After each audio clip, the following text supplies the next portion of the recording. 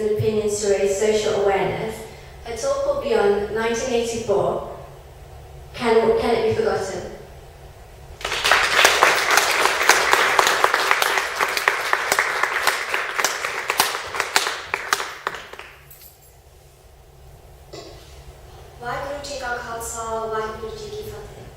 My name is Pavandeep.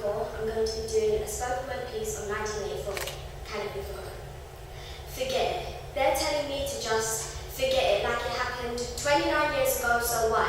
Why do these talks of so many Sikh deaths still persist? I mean, countless years have gone by, but the flashbacks never cause a tear to run dry because the wound was cut so deep that no even God can see.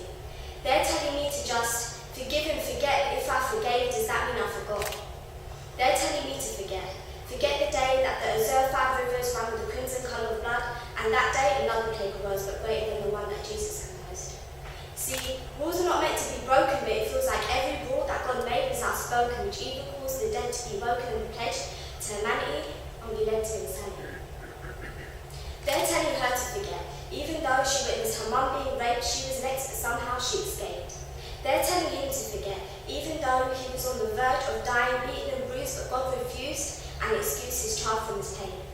They're telling that mum to forget the pain she felt when she stood there helplessly crying, watching 4 sons being burned alive with ties around the neck, all because of the turban they wore with pride. Now they're telling that new beautiful bride to forget the 84 bullets that tear the flesh of her fiancé, and as he fell to his knees he whispered, "Share me, I'll get you on the Jumanji." And as he fell to the floor of the Gurdwara and his body lay lifelessly in front of the Guru Granth Sahib, his blood stained her face, and ironically, the blood splashed just above her forehead for against the Lord. And they're trying to telling her to forget the day her red wedding dress only symbolised death. They're telling that innocent 8-year-old child to forget the days he's ever smiled and alone away with 1,000 questions with his thoughts whirling up to form a hurricane, slowly causing him to suffocate in his own pain. See, now they're telling me to forget the memory that never seems to subside, and they're telling me to just abide by what that loafer in the Gandhi says, but tell me, how do you expect me to forget? Forget that I stood there stone cold watching my best friend's house burn to ashes with her and her family inside. See, their screams still echo in my ears today. The picture of the burned house still keeps me up and out. So tell me, for God's sake, tell me, how do you expect me to forget that? You don't get it. I can't forget. I can't forget the day that war was brought to the doorstep of the Darbar's side. See, the holy ground became a battlefield. It wounded the hearts of all Sikhs, which can never be healed. They performed a genocide and betrayed it as an incident, but the red that discoloured the pure marble floor illustrated another story. I know that did not symbolise glory, because when those tears fell like grenades, anger just seemed to cascade upon our hearts as well as our minds. See, people were arrested without charge, reported missing, shot on sight. Innocent people lost their lives. And they're trying to telling me that Bindawale was a terrorist, but wasn't what you did that act of terrorism.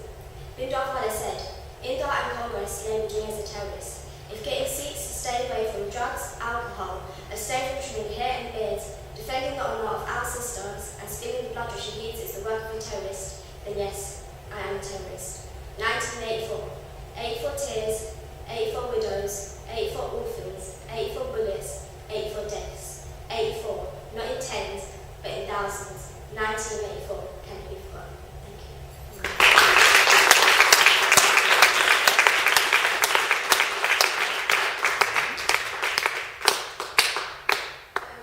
For a 16-year-old girl to go back in time to relive history and to keep that so she never forgets, I think that's very inspiring to us young Sikhs. I think that was very beautifully written to embed a speech in rap. Yeah, can we give another round of applause?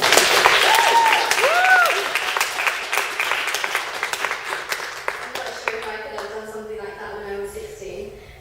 So that's our first batch of speeches done for today. I'd like to ask the audience from what they've heard today, what's inspired them the most, and how they may take that forward in their own lives. So, anyone care to share?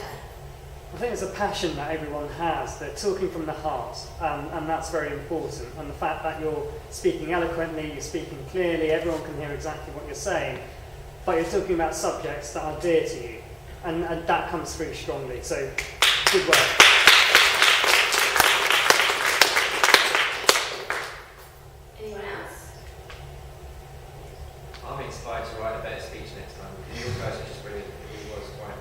Yeah, I'm really scared doing mine now too. Any more? Okay. Yeah. I was going to say, I don't feel like I've just heard about what inspires you. I feel like I've had some life coaching too. It's quite incredible and passionate, and thank you. And like him, I wish that I'd step up my game and write a better speech. So, there you go. I think someone else had their hand up at the back, just about mystery. I was just going to say they're such powerful speeches and they really strike deep in my emotions and I think everybody else's, so it really does resonate. So very well. And how do you guys feel after reciting this speech? Yeah, really good. I think I think, like you say, if you're passionate about something, then that passion comes out. And I think when you see the crowds, when you see people reacting to it as well, when you're saying it, just makes you want to even have a bit more confidence to say what you know. So I think And yourself being so young and writing about such sort of a very hard topic, and how did that come about? Well, I was doing some research and I found it. I thought it was interesting. So I thought, why don't I make a spoken word about it? And to do it fully in front of all you guys is just not a lot to do that. This is your first time, like, yeah. And I think she's done a fabulous job. Well done. Okay, so It'd be great to see a discussion between you and your grandfather, because for me there was a difference. It was like forgiveness on one side and then you're not forgetting on another. So it's quite interesting that you both had different perspectives of similar sort of topics. I think generally with a lot of things we'll always find different perspectives, but I think it wasn't more about hate what she was trying to say, it was more about, never forget what's happened. So it's okay to forgive, but it's kind of going back in time in your own history, which I think Sikhs have a lot of, but the youth aren't very much aware of it. So when someone at her age is able to give you a story of what actually happened, to me I'm pretty inspired, because I wouldn't have known it to that much in detail unless someone had told me. And I think with Sikhs what's happening is we are getting so ahead of ourselves in the Western world that we don't really look back at the moment, and I think that's great what you've done today. Okay, so that's the first round done. We're going to go for a 15-minute break and come back and get inspired further. Thank you.